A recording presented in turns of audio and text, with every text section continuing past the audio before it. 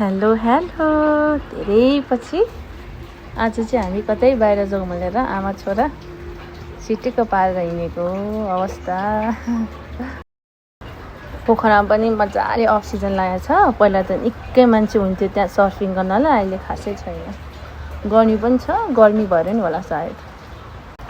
अनि आज चाहिँ हामी दाउराको खाना भनौँ, दाउरामा पकाएको खाना जान आँटेको सुकुटी भनौँ न हैन। अब यही गरेर हामी चाहिँ पामे साइडतिर जाँदैछौँ, खहरे भनौँ न, पामे साइड। मजा छ, धेरै पछि गएको। ओहो गएको के भन्छ त्यसलाई, त्यही हो। ओ ल, यो चाहिँ हाम्रो एकदम भाइरल होइन, भाइरल थियो त्यो बेलातिर, अहिले पनि छ होला, अब मलाई थाहा भएन। यही हो, कुन देशमा छ नि यो एकदमै। अनि सरर जाँदैछौँ हामी। आकाश पनि निलो राम्रै छ, तर धेरै छ बादल, पानी पर्छ स्योर।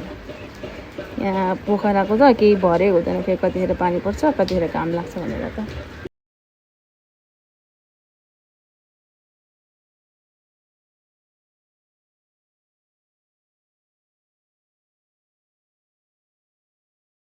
यसै गर्दा गर्दै हामी आइपुग्यो। अनि मेरो भिडियो यसपछि के भयो मलाई पनि थाहा छैन।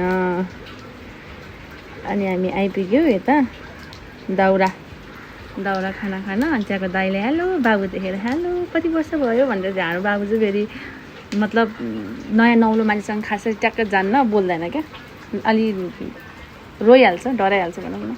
किन हो मलाई पनि थाहा भएन, त्यस्तै होला। अनि हामी लाग्यौँ। अनि हेर्नु त, मलाई जस मन पऱ्यो क्या, रमाइलो लाग्यो। म चाहिँ सानो रहेछ ठाउँ, यति मात्रै होला कि क्या हो भनेर सोचेको थिएँ, तर होइन रहेछ, मुनि पनि ठाउँ रहेछ क्या। मुनि पनि च्याट्टा ठाउँ रहेछ, ग्रुप आउँदाखेरि बस्न मिल्ने। अनि त्यसपछि ताल पनि नजिकै, जस रमाइलो खालको रहेछ। हेर्दाखेरि पनि च्याट्ट परेको। ल हेर्नु,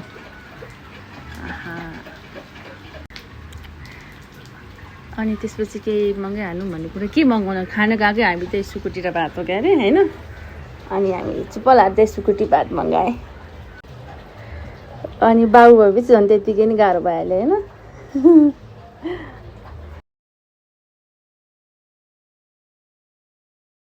हामीले चाहिँ अब खाना थालिहालेँ। ल हेर्नु, आफूभन्दा पनि अगाडि बाबुलाई समाधि राख्नुपर्छ कि, फेरि एकदम चकचके छ कसले। अनि ऊ बाबा चाहिँ खुवाउँदैछ अहिले चाहिँ। सुकुटी हेर्दा खतरा मिठो थियो, भात पनि हामीले निकै थप्यो। बाबुलाई रमाइलो भइरहेछ, त्यति हो आजको दिन। त्यही हो, धन्यवाद।